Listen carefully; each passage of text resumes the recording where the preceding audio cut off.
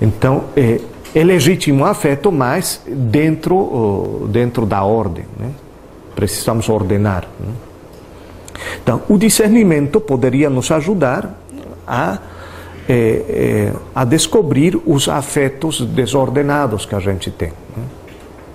A gente tem.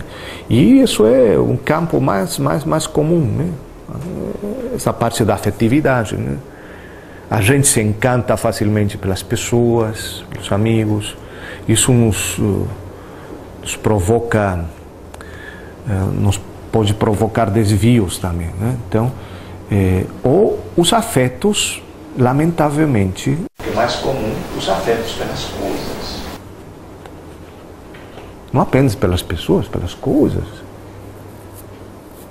Isso que é muito corriqueiro, muito em nossas vidas, né? A gente fica submetido pelos afetos, né? Eu percebo muitas vezes a um livro, né? Um livro. Ou livros, ou coisa assim, né? Então, a gente não pode viver sem aquilo, ou outras coisas, né? As pessoas contam, meu carrinho, né? Meu carrinho, né? Mas seu carrinho tá velho, muda, querido. Eles falam, eu gosto dele, né? Deixa, eu não vendo, não. Por quê? Porque, claro, tem um afeto. Isso está dentro do campo do normal, tem que ter afetos. Mas quando aquilo se transforma em empecilho para avançar, aí que está o problema, né? Aí tem quando aparece a desordem, né?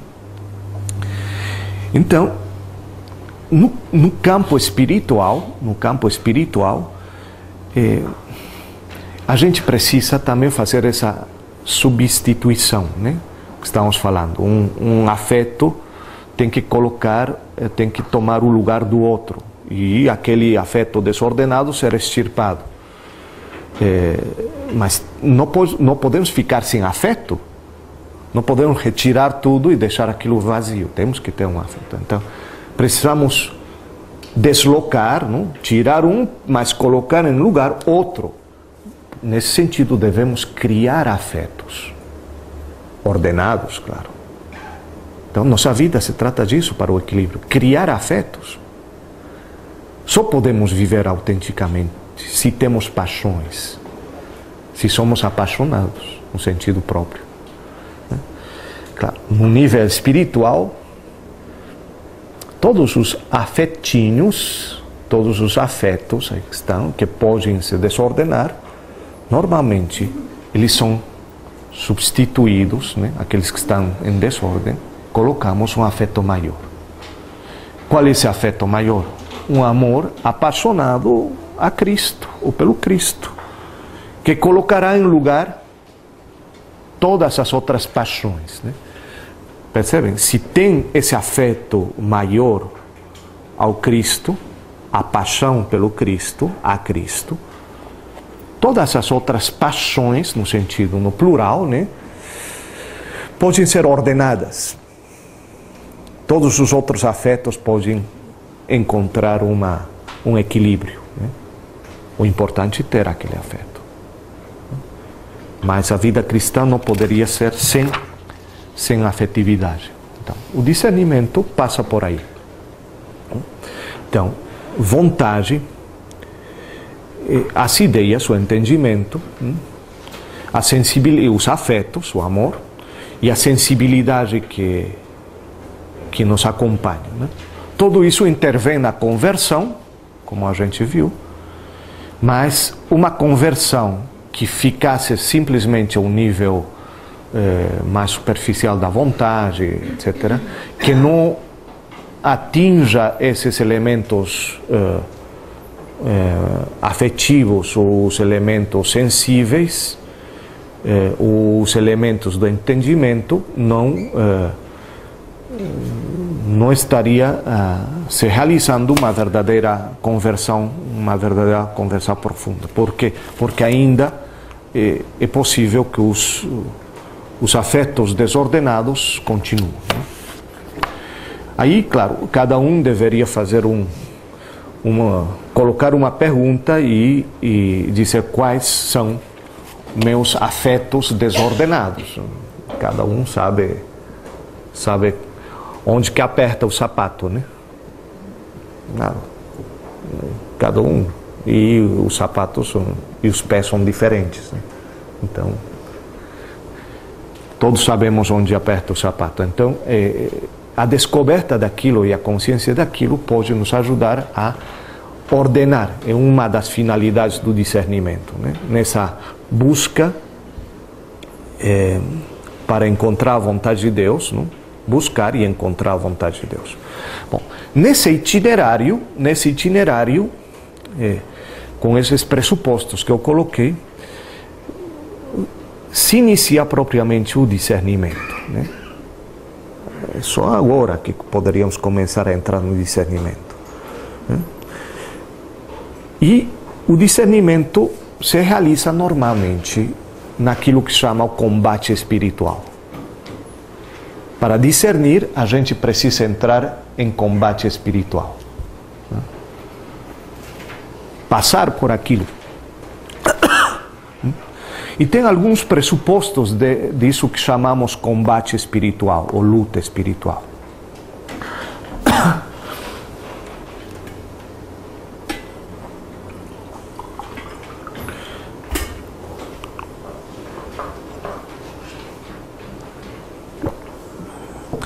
Em primeiro lugar, esses pressupostos desse combate espiritual. Em primeiro lugar, é impossível acreditar no discernimento se não se acredita, se não se crê na existência e ação do espírito do bem e do espírito do mal. É impossível crer, acreditar no discernimento se não se acredita, se não se crê, né, na existência e ação do espírito do bem e do espírito do mal.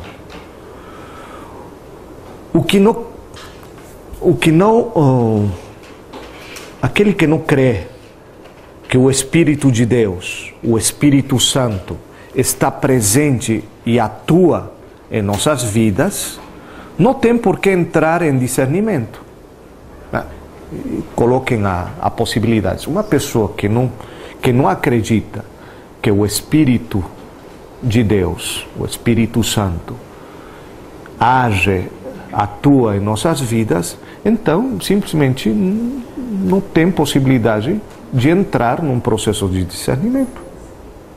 É como uma condição. Quem não acredita que o Espírito está a trabalhar, poderíamos dizer, em nós, não tem possibilidade de entrar nisso. Por quê? Porque entrar em discernimento supõe entrar nessa dinâmica da percepção da ação do Espírito em nós. O mesmo poderíamos dizer do Espírito do mal, né?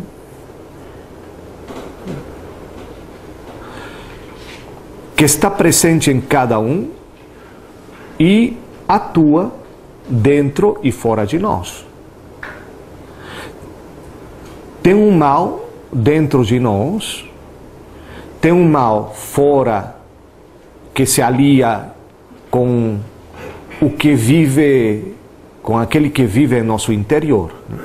Tem um mal que se alia de alguma maneira com aquele que vive dentro de nós. Então, o mesmo, se não acreditamos que tem essa dinâmica, tampouco seria possível entrar no discernimento. Então, devemos acreditar que o Espírito de Deus está trabalhando em nós e que em nós se faz presente também o Espírito do mal e que se alia com o mal que está presente em nós. Em segundo lugar, devemos levar em conta também que existe um mal natural, dentro e fora de nós mesmos, que se alia com um mau espírito, que chama Santo Inácio, né? Que se alia com um mau espírito. na raiz de muitos males espirituais, tem que buscar o aliado natural para colocar o remédio conveniente.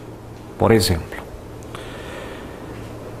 as pessoas, gente inclinada à melancolia, não tem que jogar a culpa no mau espírito. Mas, sem dúvida, isso será um mau aliado ao mau espírito. O remédio não tem que ser colocado ao nível espiritual. Se a pessoa é melancólica, eu não vou colocar o remédio no nível espiritual. Eu tenho que colocar o remédio no nível que corresponde. Qual é o nível que corresponde para uma pessoa melancólica? Sei lá, psicológico. Mas eu não posso colocar o remédio no nível espiritual. Mas eu terei que colocar no nível do natural, né?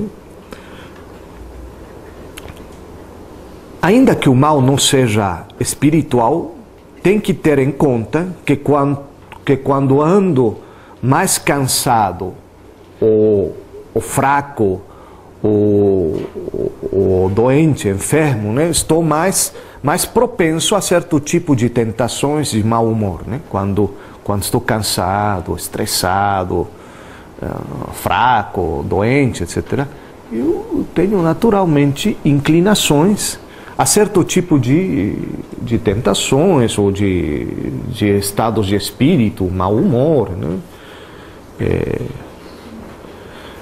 Então tem que levar em conta aquilo, né? Um pressuposto. Bom, com estes preâmbulos,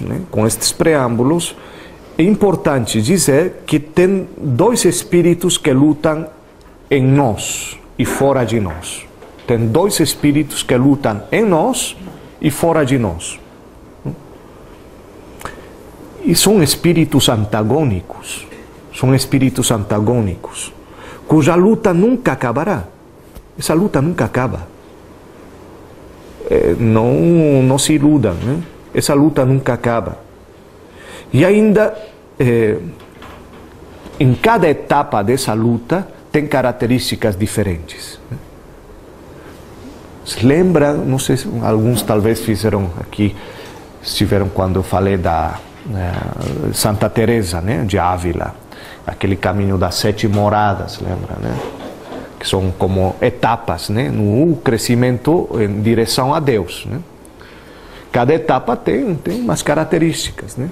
Nesse combate espiritual, em cada etapa esses espíritos antagônicos estão presentes, mas se fazem presentes de maneiras diferentes em cada momento do avanço espiritual, né? Da progressão espiritual, se fazem presentes de maneira diferente e adquirem esses espíritos formas diferentes, ou seja, modos de agir diferentes. Então, que a gente tem que aprender a conhecer. Então, o discernimento espiritual é precisamente desentranhar e descobrir esses espíritos, isto é, discerni-los. Aí aparece. O discernimento espiritual é precisamente desentranhar e descobrir esses espíritos, discerni-los, para seguir o bom espírito e tratar de derrotar, de vencer o mal. E muitas coisas se chamam impropriamente discernimento, né? Muitas coisas costumam chamar impropriamente discernimento. Por exemplo, vou fazer discernimento para ver se pego ou não esse trabalho, né? Propriamente, isso é fazer uma eleição, em que um dos elementos será o discernimento espiritual, né? Será o discernimento espiritual. A meta do combate espiritual é, portanto, o discernimento. A meta do discernimento espiritual é poder chegar à paz. A paz, né? Se luta para ganhar a batalha e conseguir a vitória e a paz. Quem lutou deveria chegar a um estado de paz. Quem venceu deveria chegar a um estado de paz. E a paz se converte, então, não só em um desígnio ou frutos mais esclarecedores do discernimento e da vida espiritual, mas também na verdadeira meta do discernimento espiritual.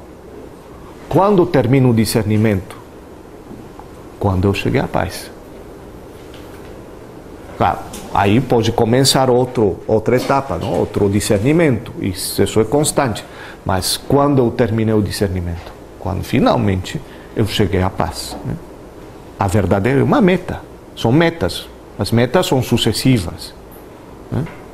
Não é o termo, mas uma meta supõe que tem outras. Né? Tá. Porém, uma vitória nunca é definitiva. Né? Uma batalha nunca é definitiva. Sentido. Quando depois de uma delas chega a consolação, né?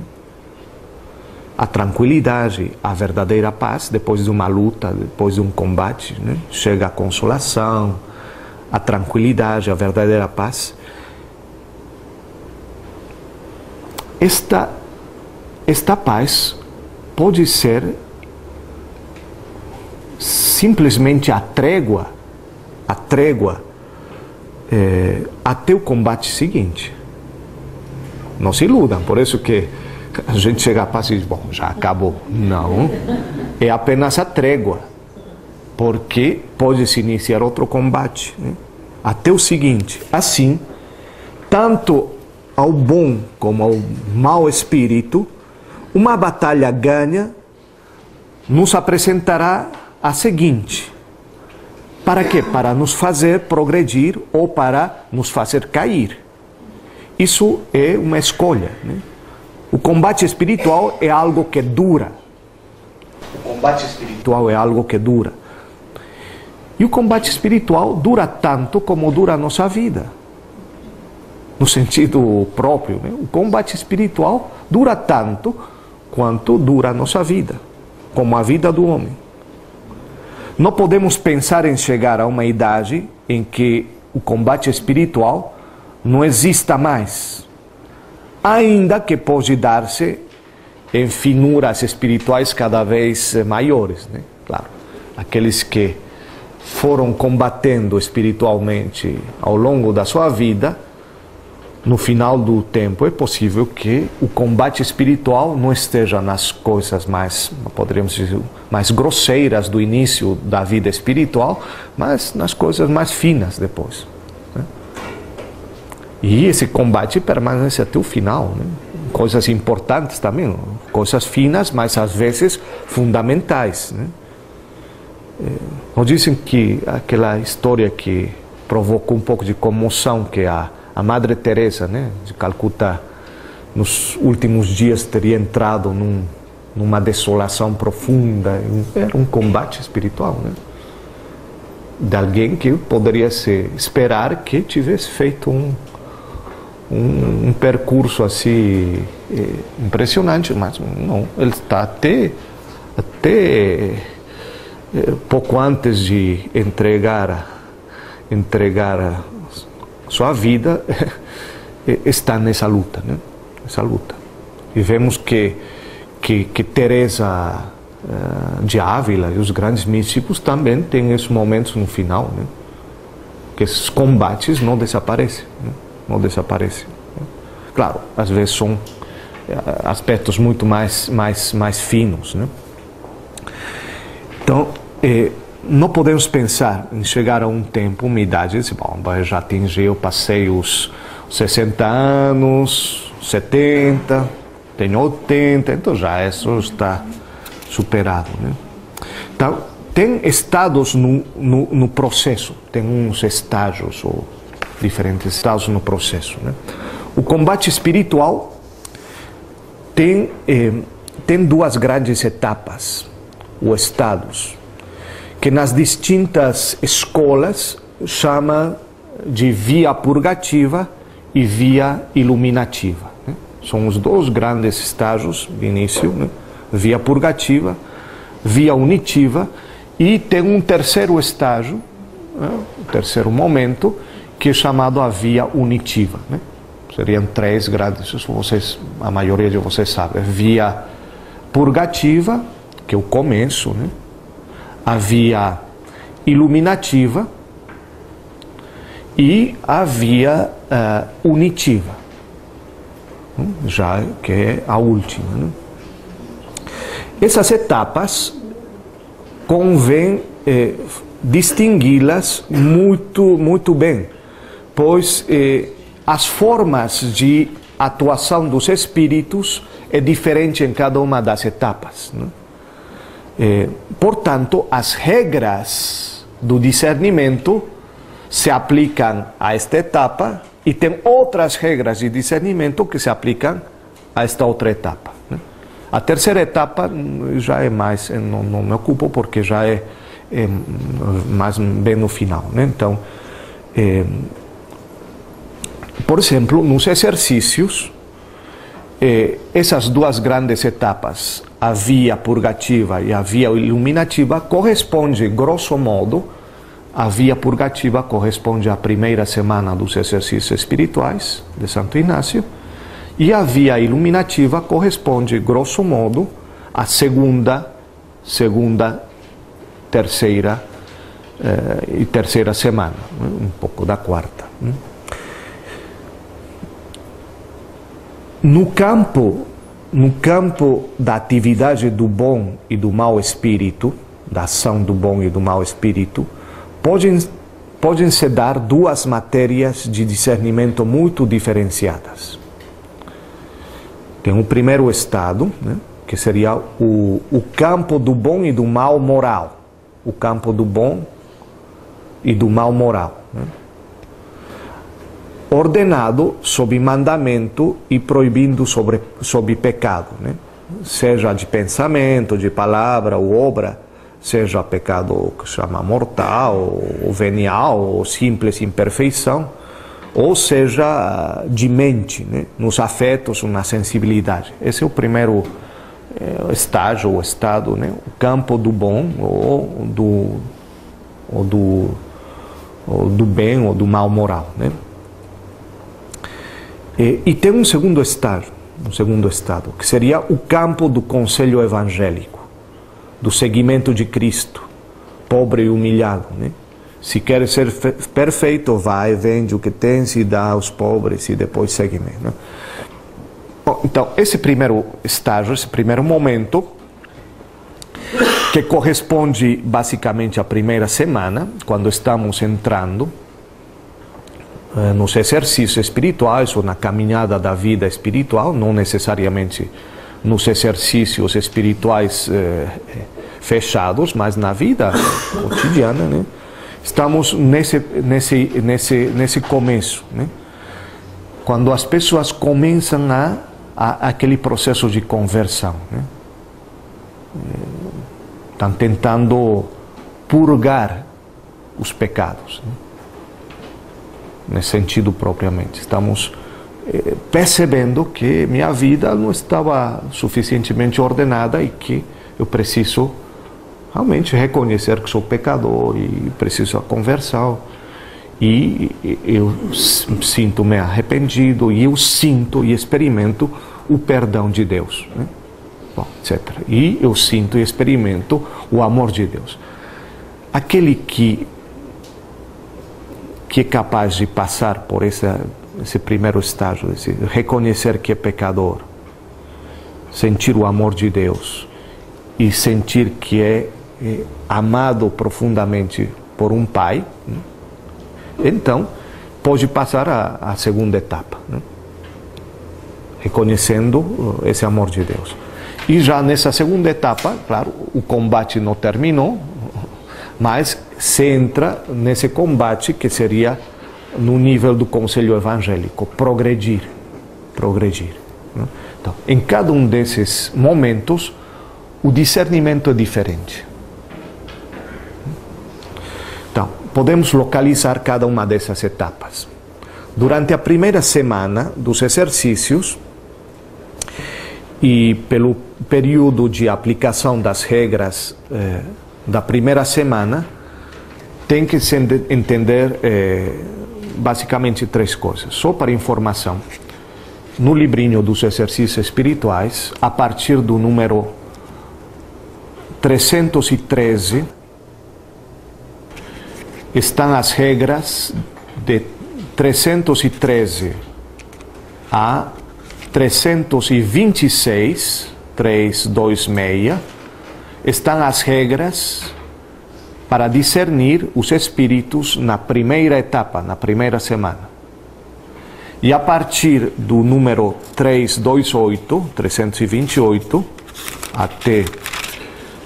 até o 351, 351, estão as regras para discernir os espíritos durante aquilo que se chama a segunda semana, ou terceira semana, né? E terceira semana também. Então estão aí. E as regras são diferentes em cada etapa.